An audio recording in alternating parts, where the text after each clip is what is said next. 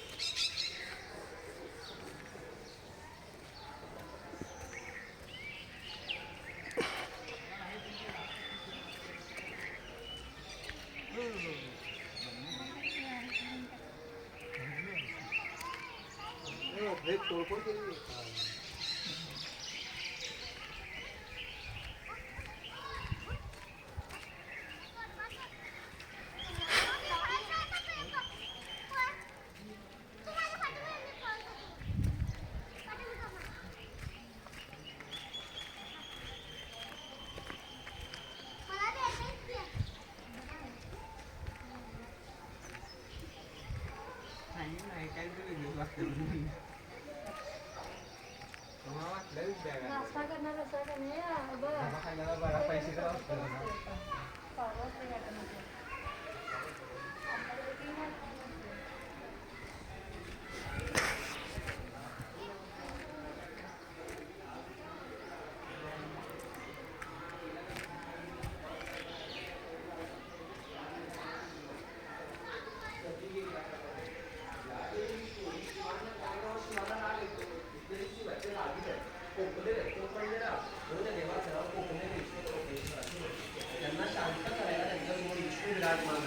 म्हणून त्यांचं नाव आहे कोपेश्वर.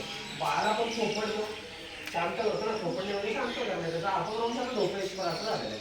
कोपेश्वर आणि डोपेश्वर दोन देवांची रचना तुम्हाला इकडे येडूर दक्षिण आहे. त्यामुळं इथली इथल्या जी शिवाची विष्णूची पूजा